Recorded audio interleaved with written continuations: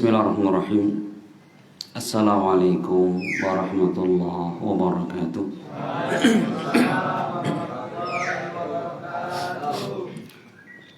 Alhamdulillah, wassalatu wassalam ala rasulillah wa ala alihi wa ashabihi wa man tabi'ahum bi ihsanin ila yaumiddin. Wa asyhadu an la ilaha illallah wahdahu la syarika lah wa asyhadu anna Muhammadan abduhu wa rasuluh sallallahu alaihi wasallam. Qala Allah subhanahu wa ta'ala, ya ayyuhalladzina amanu taqullaha haqqa tuqatih wa la tamutunna illa wa antum muslimun. Ya ayyuhan nasu taqu rabbakumul ladzi khalaqakum min nafsin wahidah wa khalaqa minha zawjaha wa batha minhuma rijalan katsiran wa nisaa'a wattaqullaha alladzi tasaaluna bihi wal arham innallaha kana 'alaikum raqiba. Ya ayyuhalladzina amanu taqullaha wa qulu qawlan sadida yuslih lakum a'malakum wa yaghfir lakum dhunubakum wa man yuti'illaha wa rasulahu faqad faza fawzan 'azima. Amma ba'd. Ma'asyiral muslimin wal muslimat, saudara-saudari kaum muslimin dan muslimat rahimani wa rahimakumullah. Alhamdulillah, segala puji bagi Allah Rabb semesta alam atas segala limpahan nikmat, limpahan kebaikan dan kemudahan yang Allah subhanahu wa ta'ala berikan kepada kita semua. Sehingga alhamdulillah di pagi yang cerah ini Allah subhanahu wa ta'ala masih memberikan kepada kita berbagai macam kenikmatan. Allah berikan kepada kita kesehatan, kesempatan, dan yang tidak kalah pentingnya, bahkan yang terpentingnya adalah nikmat iman dan nikmat Islam, ya, dan juga amal soleh. Karena seorang tidak akan mungkin kita bisa hidup dengan bahagia, dengan kehidupan yang baik, melainkan dengan iman dan amal soleh. Allah subhanahu wa ta'ala menyebutkan di dalam Al-Quran, terdapat di dalam surat An-Nahl ayat 97. Ini kalau kita ingin hidup bahagia, ya, Allah menyebutkan man amila salihan min dzakarin aw untha wa huwa mu'min falanuhyiyannahu hayatan thayyibah. Barang siapa yang beramal soleh, baik lelaki maupun perempuan, dan dia adalah orang yang beriman. Apa kata Allah? Falanuhyiyannahu hayatan thayyibah. Maka pasti dan pasti kata Allah, kami akan berikan kepadanya kehidupan dunia yang thayyibah, yang baik. Apa makna kehidupan dunia yang baik?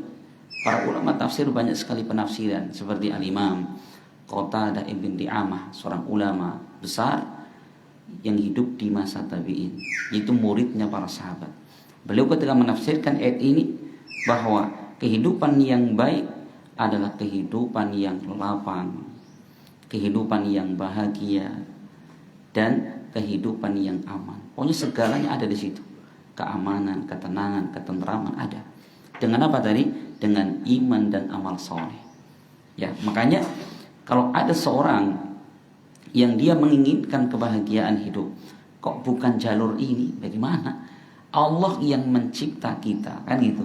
Allah yang paling tahu mana yang terbaik untuk kita. Kok malah kita mencari petunjuk, mencari jalan hidup bukan yang Allah tetapkan? Ya berat untuk kita bisa mendapatkan kebahagiaan hidup, kan gitu. Sekarang contoh gini, Pak.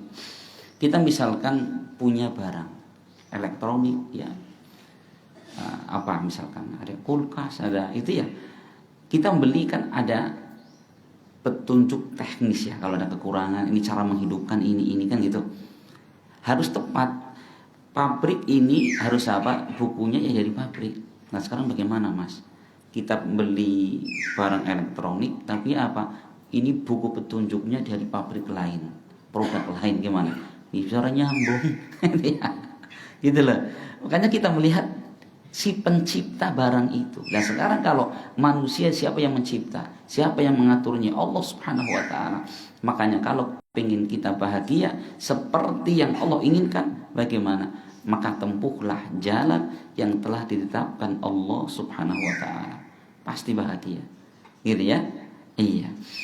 Ma'asyiral muslimin wal muslimat rahimani wa rahimakumullah. Insyaallah kita akan kembali melanjutkan pembahasan kita. Kita masih menjelaskan sebelumnya ya tentang rukun iman dan sudah selesai. Kemudian kita akan berpindah karena kita masih menjelaskan tentang hadis Jibril. Ya. Itu ketika Jibril datang kepada Nabi kemudian menanyakan tentang 3 hal. Yang bertanya tentang Islam sebenarnya. Islam dulu. Iman Islam ya, Islam. Nah, maka Rasul kemudian menjawab, al-Islamu an tashhada an la ilaha illallah wa anna Muhammadar Rasulullah. Islam adalah engkau bersaksi bahwa tidak ada sembahan yang benar kecuali Allah. Ya, dan bahwasanya Muhammad sallallahu alaihi wasallam adalah hamba dan utusannya. Yang kedua, wa tuqimus shalah, engkau menegakkan salat. Wa tuqtiyaz zakah, engkau menunaikan zakat. Wa tasuma Ramadan, engkau berpuasa di bulan Ramadan.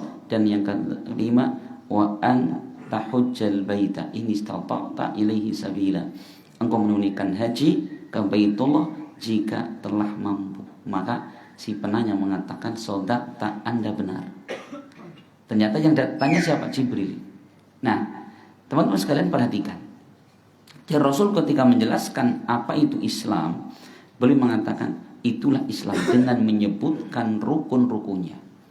Adapun kalau kita kembali definisi para ulama tentang Islam, Islam dari sisi bahasa, ini bahasa Arab ya, bahasa Arab, yaitu diambil dari kata aslama yuslimu islaman. Bukan kayak sebagian orang, apa Islam? Ya sholat 5 waktu. Isya. S subuh, betul. R luhur, bukan luhur, Pak. Bahasa Arabnya pakai dot, duhur. Gitu ya. Kemudian A asar, bukan asar, pakai ngain. Asar gitu. Ini namanya kata-katik gaduk gitu ya. Masya Allah gitu ya. Ini sering ada orang ceramah gitu, Masya Allah, ini dari mana sumbernya gitu ya. Islamnya 5 gitu, jangan. Jadi Islam itu secara bahasa maknanya adalah apa? Al-istislam. Seorang menyerahkan dirinya. Terbayang ya, menyerahkan diri. Kan orang misalkan lagi kondisi perang, kemudian tiba-tiba udah dikepung sana sini, timbang ditembak, menyerahkan diri sudah, angkat tangan gitu. Jadi digambarkan bahwa seorang yang masuk Islam sudah gini.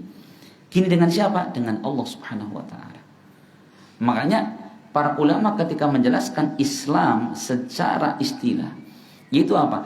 Al-istislamu lillahi bitauhid wal inqiyadu lahu bita'ah wal bara'atu minasyirki wa ahli. 3 kandungan Islam itu. Yang pertama, al-istislamu lillahi bitauhid, yaitu menyerahkan dirinya kepada Allah dengan mentauhidkan Allah. Jadi segala yang kita perbuat, segala yang kita amalkan untuk Allah gitu. Makanya di antara ikrar ya seorang muslim di hadapan Allah, qul inna salati wa nusuki wa mahyaya wa mamati lillahi rabbil alamin. Allah mengatakan qul, katakanlah wahai manusia, katakanlah wahai nabi, inna salati, sesungguhnya salatku, wa nusuki, dan sesembelihanku dan kurbanku, wa mahyaya, dan apa yang aku perbuat selama aku hidup, wa mamati, dan apa yang aku bawa untuk setelah mati, amalan soleh. Itu apa? Lillahi rabbil alamin, hanya untuk Allah rabbul alamin. Ikrarnya itu. Kenapa? Itulah seorang muslim. Dia akan menyerahkan segala yang ada pada dirinya kepada Allah Subhanahu wa taala. Ya, segala ibadah, amalan dia niatkan untuk Allah, bukan selainnya. Nah, ini yang pertama. Istislam lillahi bitauhid, dengan mentauhidkan Allah. Memurnikan ibadah hanya kepada Allah. Yang kedua, wal inqiyadu lahu bitta'ah. Tunduk dan patuh kepada Allah dengan mentaatinya. Insyaallah ya, tunduk dan patuh kepada Allah dengan mentaatinya. Apa yang diperintahkan kita kerjakan, apa yang dilarang Allah kita tinggalkan dan kita jauhi. Makanya kata ulama, ada yang ditanya, bagaimana kalau ada seorang masuk Islam?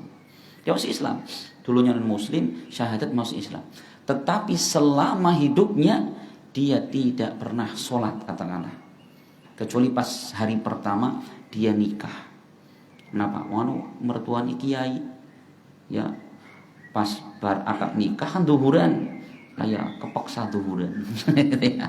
Orang kepinak. Habis itu tidak pernah sholat lagi.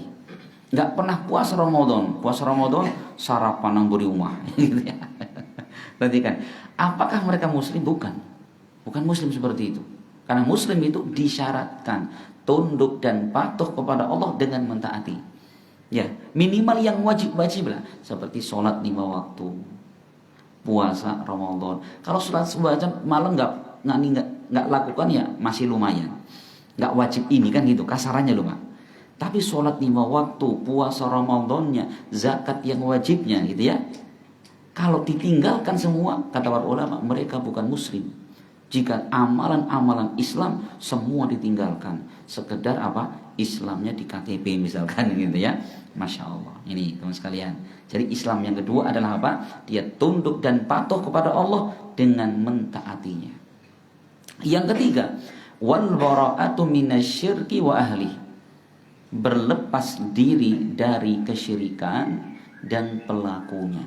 Maksudnya apa? Seorang muslim dia harus punya sikap. Apa sikapnya? Berlepas diri dari kesyirikan. Yaitu apa? Lawannya Islam. Seperti apa? Menyembah kepada patung. Kalau orang Islam murni menyembahnya kepada Allah, sedangkan kesyirikan menyembahnya kepada patung, menyembahnya kepada makhluk, ya, maka seorang muslim disyaratkan apa? Berlepas diri. Karena tidak mungkin Bapak sekalian berkumpul pada hati seorang muslim apa? Kecintaan kepada Allah dan kecintaan kepada kesyirikan dan orang-orang yang melakukan kesyirikan. Allah menyebutkan dalam ayatnya, la tajidu qauman yu'minuna billahi wal yawmil akhir yuwaduna man hadallaha wa rasulah walau kanu aba'ahum aw abna'ahum aw ikhwanahum aw ashiratahum ulaika kataba fi qulubihimul iman. Ya Rasul, engkau tidak akan pernah mendapati seorang ya berkumpul di hati seorang yang beriman. Gak mungkin didapati apa? Yaitu dia iman kepada Allah, tetapi dia mencintai orang-orang yang memusuhi Allah. Siapa yang memusuhi Allah? Musyrikin, Pak. Allah memerintahkan agar mereka menyembah Allah saja, malah yang disembah patung. Allah merintahkan mereka berdoa hanya kepada Allah, malah yang diminta pohon besar, kan gitu. Nah, maka kewajiban seorang muslim Bapak sekalian yaitu apa? Mereka berlepas diri dari segala macam kesyirikan dan pelaku kesyirikan. Gak mungkin ada orang iman kepada Allah tapi dia cinta kepada orang-orang berbuat syirik. Bagus, malah selfie sama musyrikin, cepet ya. Nah, gak mungkin terjadi kata Allah. Dalam hati orang beriman berkumpul dua hal ini. Maka coba Bapak sekalian, bagaimana tegasnya Nabi Ibrahim alaihissalam ketika beliau pernah terang-terangan ya mengucapkan di hadapan siapa? Di hadapan bapak beliau dan kaumnya beliau. Kata Ibrahim, Allah mengatakan, qad kanat lakum uswatun hasanatun fi Ibrahim walladzina ma'ah idz qalu liqaumihim inna bura'a'u minkum wa mimma ta'buduna min dunillah kafarna bikum wa bada bainana wa bainakumul adatu wal baghdha'u abadan hatta tu'minu billahi wahdah. Allah mengatakan, sungguh telah ada suri teladan yang baik bagi kalian pada diri Ibrahim alaihi salam. Apa teladan yang ada pada Ibrahim? Idz qalu liqaumihim, ketika Ibrahim dan juga nabi-nabi setelahnya berkata kepada kaumnya, inna bora'a'u minkum, sesungguhnya kami berlepas diri dari kalian, orang-orangnya. Wa mimma ta'buduna min dunillah, dan aku berlepas diri dari apa yang kalian sembah selain Allah. Tuh, diikrarkan Pak, diucapkan dengan lisan. Saya berlepas diri dari kamu semua orang-orang musyrikin dan apa yang kalian sembah berupa berhala-berhala. Wa bada bainana wa bainakumul adawatu wal baghdau abadan, dan telah nampak kebencian dan permusuhan kita abadan, selama-lamanya. Masya Allah. Kapan kebencian hilang? Kapan permusuhan hilang? Hatta tu'minu billahi wahda, sampai kalian beriman hanya kepada Allah saja. Tuh, ternyata Bapak sekalian, ini adalah syarat keislaman. Kita harus punya sikap bahwa semua sesembahan selain Allah kita yakini itu adalah sebagai kekeliruan, itu sebagai kesalahan. Karena apa? Dari makna la ilaha illallah nanti kita sebutkan syarat rukun Islam yang pertama. Nah, ini kan harus ditekankan ya teman-teman sekalian. Masya Allah, ini Ibrahim alaihissalam begitu tegasnya kepada bahkan bapak sendiri dan kaumnya sendiri. Inna bura'a'u minkum, kami berlepas diri dari kalian, wa mimma ta'buduna min dunillah, dan apa yang kalian sembah selain Allah. Nampak bagi kita permusuhan dan kebencian abadan, selama-lamanya. Sampai kapan permusuhan hilang? Sampai kalian beriman hanya kepada Allah. Nah, itu Islam. Ulangi lagi Pak. Jadi kandungan Islam ada 3. Yang pertama, al-istislamu lillahi bitauhid, menyerahkan diri kepada Allah dengan mentauhidkannya. Itu apa? Memurnikan ibadah hanya kepada Allah, bukan kepada selainnya. Kita berdoa kepada Allah, kita menyerahkan urusannya, kita serahkan segala perkara kita kepada Allah, bukan kepada makhluk yang sudah mati atau kepada pohon, kepada patung, bukan demikian. Yang pertama. Yang kedua, itu wal inqiyatu lahu bi ta'ah, tunduk dan patuh dengan mentaati Allah. Maka Islam itu ini Pak, selain keyakinan dalam hati, dibuktikan dengan apa? Anggota perbuatan, ketaatan kita. Datang waktu sholat, kita sholat. Datang bulan Ramadan, berpuasa. Kapan kita mampu untuk membayar zakat, maka tunaikanlah zakat. Kapan kita mampu untuk berhaji, lakukan haji. Kenapa? Itu konsekuensi keimanan, konsekuensi keislaman. Ini ya. Nah, dan yang terakhir, bahwa Islam itu berlepas diri dari segala kesyirikan dan orang-orang yang berbuat syirik. Ini 3 ya, Masya Allah ini. Makanya harus terus ditekankan, diingatkan tentang apa itu Islam. Nah, kemudian teman sekalian, bahwa Rasul Shallallahu Alaihi Wasallam ketika ditanya Jibril tentang Islam, maka Rasul mengatakan al-Islamu syahadatu an la ilaha illallah, atau anta syahada an la ilaha illallah wa anna Muhammadan Rasulullah. Perhatikan, kita akan jelaskan yang satu ini. Islam, kata Rasulullah, adalah engkau bersaksi bahwa tidak ada sesembahan yang benar kecuali Allah, dan bahwa Muhammad adalah hamba dan utusan Allah. Perhatikan, kita cermati apa itu syahadat, persaksian, ya. Nah, gini Pak, misalkan kita menjadi saksi. Contoh misalkan ini terjadi kecelakaan lalu lintas, kemudian ini ada korban jiwa. Nah, ini pihak kepolisian, pihak kehakiman, ketika mencari siapa yang benar, siapa yang salah, siapa bertanggung jawab, dari mana kehakiman. Hakim nggak ngelihat, mungkin di situ nggak ada CCTV.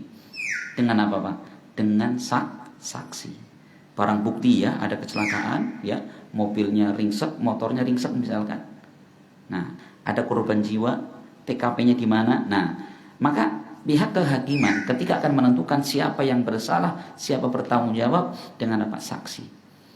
Maka ketika terjadi di persidangan, maka hakim ini akan menyampaikan berpuluh-puluh atau mungkin ratusan pertanyaan yang ditujukan kepada saksi tersebut. Untuk apa? Untuk membuktikan benar tidaknya persaksian itu. Maka dari situ seorang saksi harus apa? Harus betul-betul mengetahui perkara itu, ya kan? Sekarang coba kalau saksinya palsu, harus di framing dulu di sini. Nanti gini. Yang mumet nanti di sana apa ya? Kelalen. Tapi kalau betul-betul dia melihat dengan mata kepala sendiri, ditanya dari sisi manapun dia bisa. Apalagi saksinya ada 5 orang misalkan. 5 orang ini yang melihat secara langsung, dia akan, walaupun tidak pernah ketemu, dia akan mengatakan dengan persaksian yang sama. Maka sama teman sekalian.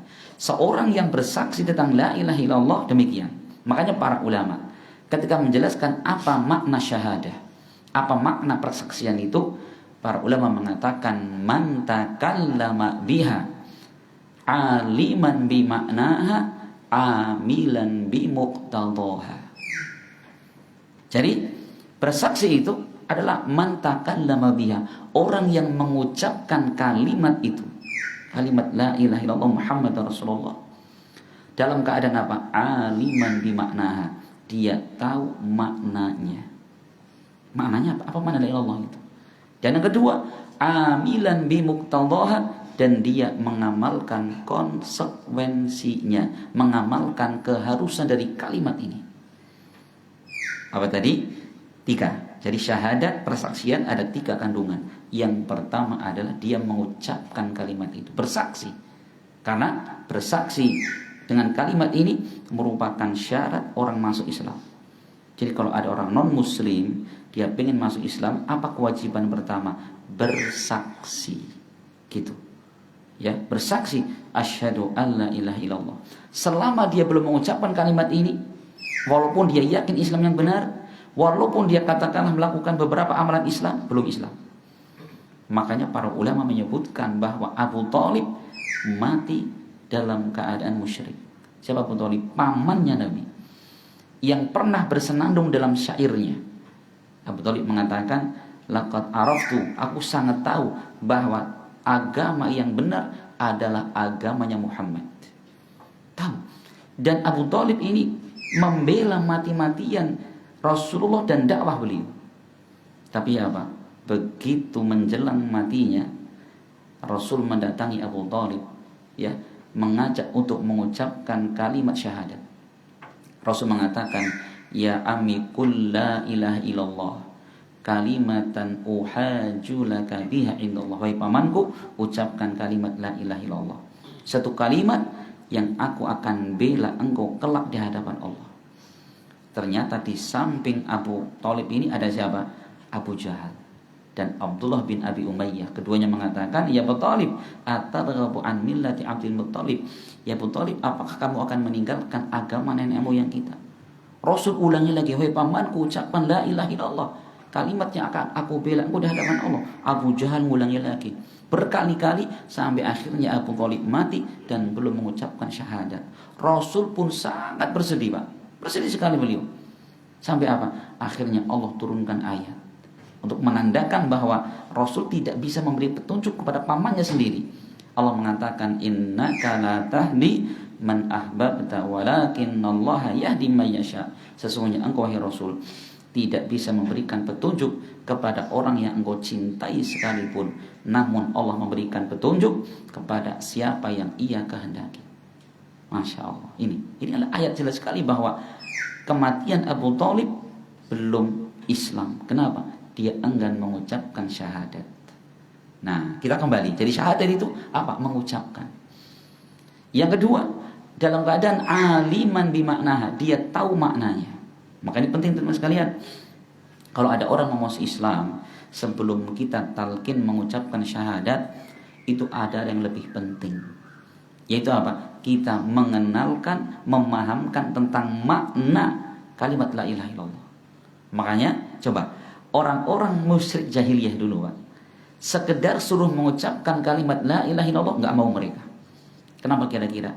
Karena mereka tahu makna dan konsekuensinya. Coba ketika Rasul mengatakan kepada mereka, qulu la ilaha illallah tuflihu, ucapkan kalimat la ilaha illallah kalian akan beruntung. Abu Jahal atau Abu Lahab tangannya naik. Ya Muhammad, alihada jama'tana tabban laka.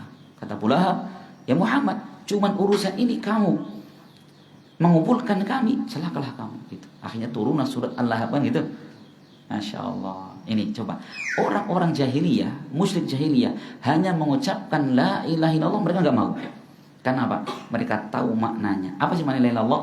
Dan mereka tahu konsekuensinya. Nah, gitu. Adapun kalimat la ilaha illallah apa maknanya? Maknanya disebutkan para ulama. La ma'buda bihaqqin illallah. Tidak ada sesembahan yang benar, yang berhak kecuali Allah. Ustaz, kok nggak kayak di Indonesia?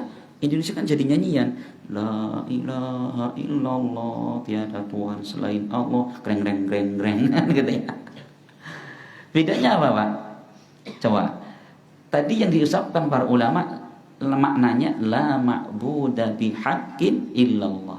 Tidak ada sesembahan yang benar, tidak ada sembahan yang berhak kecuali Allah. Karena apa? Di alam nyata ini banyak sesembahan selain Allah. Semua yang disembah adalah sesembahan. Ada nyembah patung, ada. Nyembah pohon, ada. Nyembah kuburan, ada. Nyembah Nabi Isa, ada. Ya kan? Itu sesembahan semua. Maka kita katakan apa yang mereka sembah selain Allah adalah salah. Dan yang benar disembah hanya Allah subhanahu wa ta'ala. Kan gitu. Lah ya benar kan? Nah, itu maknanya, Pak. Jadi bahwa kita tidak menafikan bahwa di sana banyak sesembahan. Cuma Pak, kita katakan dengan penuh keyakinan segala sesembahan yang mereka sembah adalah keliru. Dan yang berhak hanyalah Allah Subhanahu wa taala. Itu yang dipahami orang-orang musyrik zaman dahulu. Karena mereka tahu bahwa kalau mengucapkan kalimat ini secara otomatis mereka harus mengingkari ketuhanan patung-patung yang ada di dalam Ka'bah dan di sekeliling Ka'bah yang berjumlah 360 patung. Berarti konsekuensinya apa? Mereka harus meninggalkan semua patung-patung yang ada ini dan hanya kepada Allah mereka beribadah. Itu yang mereka tidak siap. Berarti apa? Orang musyrik mereka tahu makna la ilaha illallah. Apa maknanya? Tidak ada sembahan yang benar yang berhak kecuali Allah. Adapun kalau kita maknakan tidak ada Tuhan kecuali Allah, berarti bagaimana? Semua yang sembah itulah Allah. Tidak ada Tuhan, tidak ada sembahan kecuali Allah. Berarti semua yang disembah adalah Allah. Benar apa keliru? Keliru. Ya makanya ini perlu kita luruskan kembali, tekankan kembali bahwa makna la ilaha illallah tidak ada sesembahan yang benar kecuali Allah subhanahu wa ta'ala. Karena masyaallah sekalian, bahwa orang yang memiliki keyakinan seperti ini sampai dia mati, Masya Allah, surga tempatnya. Karena Rasul pernah mengatakan dalam hadisnya, man mata wa huwa la yusyriku bihi syai'an dakhalal jannah. Siapa yang dia mati dalam keadaan tidak syirik kepada Allah, pasti masuk surga. Nah, pasti masuk surga dengan keyakinan bahwa Allah satu-satunya yang apa? Yang berhak untuk disembah. Nah, ini Bapak sekalian, ini makna kalimat la ilaha illallah. Apa tadi? Tidak ada sesembahan yang benar yang berhak kecuali Allah. Adapun selain Allah jika disembah adalah batil adanya. Sebagaimana Allah berfirman dalam ayatnya, dzalika bi annallaha huwal haq wa anna may yad'una min dunihi huwal batil. Perhatikan ayat ini teman sekalian. Saya lupa surat apa, nanti dicari ya. Allah mengatakan, dzalika bi annallaha huwal haq. Yang demikian itu sesungguhnya Allah adalah yang benar untuk disembah. Wa anna ma yad'una min dunihi fahuwa batilun. Dan segala sesuatu yang disembah selain Allah, kata Allah, itu adalah batil. Siapa yang mengatakan batil? Allah, Pak. Maka apa? Ini harusnya yang menjadi keyakinan seorang muslim. Jadi jangan sampai seorang muslim mengatakan, lah, kabeh agama ya pada baik. Masya Allah. Andaikan Bapak sekalian, semua agama sama, semua sesembahan sama, Rasul dan para sahabat tidak mau berperang itu, Pak. Rasul dan para sahabat yang mereka rela untuk berperang. Mereka yang melakukan peperangan padahal konsekuensinya berat sekali. Harus apa? Harus mengorbankan jiwa, harta mereka, istri-istri mereka kalau dia meninggal jadi janda, anak-anak jadi yatim. Tapi apa? Rasul dan para sahabat tetap melakukannya. Andikan itu semua sama, ya usah rangkul-rangkulan baik gitu. Masya Allah ya, luar biasa ini. Itu teman sekalian. Jadi itulah, ini makna kalimat la ilaha illallah. Tidak ada sembahan yang benar kecuali Allah Subhanahu wa taala. Ustaz, bagaimana kalau sebagian orang menafsirkan kalimat la ilaha illallah itu dengan tidak ada pencipta kecuali Allah? Insyaallah sekalian, keyakinan tidak ada pencipta kecuali Allah, dulu orang musyrik di zaman Nabi juga yakin mereka. Wa idza sa'altahum man khalaqas samawati wal ard la yaqulunna Allah. Allah mengatakan, ya Muhammad, kalau kamu tanya kepada orang musyrik di sana, hei mas, siapa yang menciptakan langit dan bumi? Orang musyrik mengatakan Allah. Loh, orang musyrik mengatakan Allah pencipta. Ya, jika engkau bertanya kepada mereka, man rabbus samawati wal ard, siapa yang mentarbiyah, siapa yang mengatur alam semesta ini? Orang musyrik mengatakan Allah. Loh, perhatikan, ternyata mereka meyakini, Pak. Ini menunjukkan bahwa sekedar ucapan dan keyakinan Allah mencipta, Allah mengatur, Allah memberi rezeki, itu tidak cukup untuk masuk ke dalam Islam. Tetapi apa? Yang menjadikan orang masuk Islam adalah ini. Itu dia mengatakan dan meyakini bahwa tidak ada sesembahan yang benar kecuali Allah. Ini pembedanya, gitu ya. Ini pembeda antara seorang musyrik dengan orang muslim. Ini kandungan yang kedua. Itu dia mengetahui makna la ilaha illallah. Kemudian yang ketiga, bersaksi itu kita belum ada saksi ya. Yang ketiga adalah apa? Amilan bi muqtallah. Dia mengamalkan konsekuensi dari kalimat la ilaha illallah. Apa konsekuensinya, Pak? Setelah kita tahu tidak ada sesembahan yang benar di alam dunia ini kecuali Allah, maka konsekuensinya dia hanya beribadah kepada Allah. Dan dia meninggalkan semua sesembahan selain Allah Subhanahu wa taala, menjauhi.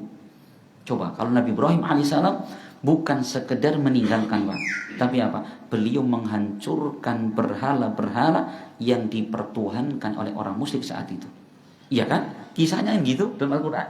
Ketika orang-orang di waktu itu, Masya Allah, ya, Nabi Ibrahim alaihissalam hidup di bawah kekuasaan seorang raja yang sangat sombong, angkuh, ngaku Tuhan lagi, Pak. Namanya Namrud kan gitu. Namanya Namrud. Bahkan Namrud ini dia punya rencana. Apa rencananya? Setiap kampung akan dibikinkan satu patung Namrud, jadi bentuknya Namrud, untuk apa? Untuk disembah. Ini programnya Namrud. Akhirnya apa? Mereka cari orang yang bisa bikin tender ini, yang biasa bikin patung jumlah besar. Ternyata apa? Yang bisa cuman bapaknya Nabi Ibrahim, namanya Pak Azar. Makanya Pak Azar dipanggil ke kerajaannya Fir'aun, Namrud. Gimana Pak Azar? Kita punya tender ini, proyek besar ini, sekian miliar. Ya, apa itu? Bikin patung. Siap. Coba bayangkan, anaknya Nabi, bapaknya pembikin Tuhan, gitu ya, pembikin patung-patung. Coba bayangkan itu. Maka pertama kali yang menjadi penghalang dakwahnya Ibrahim, bapaknya sendiri. Coba, akhirnya dibikin ratusan, mungkin bahkan ribuan patung itu, kemudian setiap kampung dipasang. Nah, suatu ketika Nabi Ibrahim alaihissalam mendapati di kampungnya itu ada tempat ibadah mereka. Jadi di paling depan sini pada patung yang paling gede. Di depannya itu banyak sekali patung kecil-kecil. Penduduk situ kalau mereka datang ke tempat ibadah itu, datangnya nggak pernah gini, harus merangkak. Kenapa? Takut kualat sama patung itu. Kalau nanti mau balik, nggak berani membelakangi patung, takut kualat, mundur gitu. Itu saking pengagungkan mereka terhadap patung-patung tadi. Maka Nabi Ibrahim alaihissalam ketika sudah sepi, beliau masuk sambil bawa kampak, Pak. Semua patung-patung yang kecil dihancurin sama Ibrahim. Kemudian begitu patung yang paling besar dibiarkan. Nah, kemudian apa? Itu si kampaknya dikalungin di lehernya patung tadi yang gede. Ibrahim pulang. Begitu orang datang buka pintu tempat ibadah, "Hah? Tuhan kita hancur semua." Gitu. Tuhan kita hancur semua, kata mereka. Makanya lapor Raja Namrud, "Brud, apa? Kayak Tuhan itu kan mati kabeh, mau mati gitu ya." Tapi ya enggak. Kenapa itu? Dihancurin sama orang itu. Siapa kira-kira? CCTV. Orang nana CCTV ini. Satpamnya dituruh Bali gitu ya. Terus gimana caranya? Mereka rembukan, kumpulan. Siapa kira-kira? Ada yang ngomong, Ini anak muda yang paling sinis dengan Tuhan kita, namanya Ibrahim itu. Selalu jelek-jelekin patung-patung kita itu. Nyalain patung kita itu. Coba panggil Ibrahim, ditangkap Ibrahim. Densus 88. Dibawa ke mahkamahnya siapa? Namrud. Hei Ibrahim, kok yang sing ngancuri ge? Kata Ibrahim, lah ya coba tanya aja sama patung yang gede. Ibrahim cerdas ya. Artinya biar mereka mikir loh. Coba jenengan tanya saja sama yang ada di situ. Kan masih ada satu nggak dihancurin itu. Kata mereka, yuk kenapa tuh orang bisa ngomong? Saya Ibrahim, oh saya bisa ngomong disembah-sembah gitu. Ya kan? Gak bisa ngomong disembah-sembah. Sudah tahu mereka saja tidak bisa melindungi diri sendiri. Kok disembah-sembah, diminta-minta. Apa rikorak ya? Gitu. Jangan jenengan ya gue citak gue Namrud gitu ya. Katanya mereka apa? Iya sih. Tapi pokoknya Ibrahim salah lah. Tetap gue melakukan takon baik karo yang paling gede gitu. Jadi Ibrahim ngelak terus gitu bahasanya kan. Akhirnya sudah, ini Ibrahim yang salah. Hanya diketok palu, tok tok tok. Ibrahim harus kita hukum dengan cara apa? Dibunuh. Hukuman mati. Nah, begitu ditetapkan hukuman mati, mereka kumpul lagi, rembukan lagi. Ini gimana kira-kira ya cara membunuh Ibrahim? Yus gampang, digantung saja. Ada yang mengatakan ini kurang menyakitkan. Dipenggal kepalanya ketalut cepat mati. Ada yang ngomong dibakar kayak bareng ban karo ban. Masya Allah. Dulu belum ada ban ya. Oh kata Namrud, jitu nih bagus ini. Akhirnya mereka rencanakan prosesi pembakaran Ibrahim hidup-hidup, kremasinya Ibrahim itu 3 hari 3 malam. Butuh kayu berapa ini mas? Berapa tronton gitu ya. Kemudian disaksikan para pembesar di situ. Biar jadi pelajaran. Aja maning-maning wani kayak Ibrahim. Gitu ya. Akhirnya benar di hari itu orang-orang diundang untuk menyaksikan apa? Kremasi Ibrahim masih hidup. Coba bayangkan Pak, ini api yang sangat gede sampai diriwayatkan saking tingginya api. Kalau ada burung terbang di atas baru kena asapnya langsung mati kebakar. Karena apinya itu setinggi menara istananya Namrud. Tinggi sekali apinya itu. 3 hari 3 malam. Priwe carane ya jorokaken Ibrahim. Kepanasan ya. Akhirnya bikin pelintang, Bang. Pinang sing gede embuh karo kayu apa kae. Jiro pacul gitu. Gitu. Masyaallah kan semangatnya mereka. Ya, tapi yang luar biasa teman sekalian. Karena Ibrahim seorang yang mentauhidkan Allah dalam kondisi mencekam seperti itu. Ibrahim tidak minta tolong. Tidak teriak-teriak, tolong, nangis. Enggak Ibrahim. Justru yang keluar dari lisan Ibrahim, hasbunallahu wa ni'mal wakil. Apa itu? Allah yang mencukupi kami dan Allah sebaik-baik tempat untuk kita serahkan segala urusan kami. Ternyata apa? Itu sudah di depan api loh Pak. Maka Allah berkata kepada api, ya naru kuni barda wassalaman ala Ibrahim. Wahai api, jadilah kamu api yang dingin yang akan menyelamatkan Ibrahim. Akhirnya Ibrahim dilemparkan ke api. Bahkan beliau kedinginan Pak. Sampai para ulama mengatakan, andaikan Allah tidak mengatakan jadi api yang dingin yang menyelamatkan Ibrahim, Ibrahim bisa tewas karena kedinginan di situ. Karena Allah mengatakan api yang dingin tapi Ibrahim selamat. Ya kayak ASEAN. Masya Allah. 3 hari 3 malam di dalam kobaran api tidak sehelai rambut pun yang terbakar. Coba perhatikan. Ibrahim alaihissalam mencontohkan Bapak sekalian. Apa beliau? Karena tahu konsekuensi kalimat la ilaha illallah. Beliau hanya ibadah kepada Allah dan beliau menghancurkan patung-patung tersebut. Ustaz, berarti kalau di Indonesia dihancurkan aja wani-wani. Karena kita kan negara hukum, gitu ya. Bagaimana caranya? Itu bukan wewenang kita. Jadi kalau kita melihat ada praktek-praktek kesyirikan, apalagi seperti itu, kita jangan kemudian gegabah. Ini syirik, kita teladani Ibrahim dihancurkan. Tidak seperti itu. Jadi dakwah itu Rasul pernah mengatakan dalam hadisnya, man ra'a minkum mungkaran falyughayyirhu biyadi. Siapa di antara kalian yang lihat suatu kemungkaran, rubah dengan tangannya, rubah dengan kekuasaannya, gitu loh.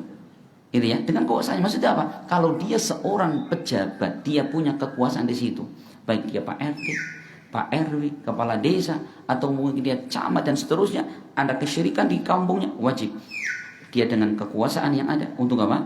Menghilangkan itu. Fa illam tastati, jika tidak mampu dengan tangan, fa bilisani, dengan lisannya, nasihat. Nah, kalau kita paling itu, Pak. Paling itu nasihat, datang, Pak, ini kayaknya kok enggak benar secara agama gitu. Dengan baik-baik, dengan sopan. Syukur-syukur tekan-tekan bawa kopi karo gula, teh. Gitu ya. Pak dibiji dikit, jenengan pinter banget ya, tokoh di sini ya. Manfaatnya gede. Di salam tempel seketewu. Terus omong sampaikan, Pak ini kayaknya kok kayak cocok apa ya kalau di kampung kita. Nah gitu loh. Kalau ternyata itu diterima, alhamdulillah. Tidak diterima, kita sudah tidak berdosa. Kenapa? Sudah kita sampaikan hujah. Gitu ya. Nah ini Bapak sekalian. Jadi kalau tidak mampu dengan lisan, fa illam tastati, jika lisan pun tidak mampu, fa biqalbihi, maka mengingkari kemungkaran dengan hatinya, dan itu adalah selemah-lemah iman. Apa mengingkari kemungkaran dengan hati? Yaitu kita menjauh, benci kepada perbuatan itu, dan kita tinggalkan tempat itu. Jangan katanya kita mengingkari dengan hati, malah apa? Melu jagungan di situ. Jangan. Makanya pernah kejadian itu, Pak. Ini ada seorang, dia ketua takmir masjid dan dia ketua RT. Bisa ketemu saya di lapas. Di lapas pengajian jenengan paling depan ini, ya Mas Jamal gitu. Itu Pak RT. Ini pengajian nabi-nabi.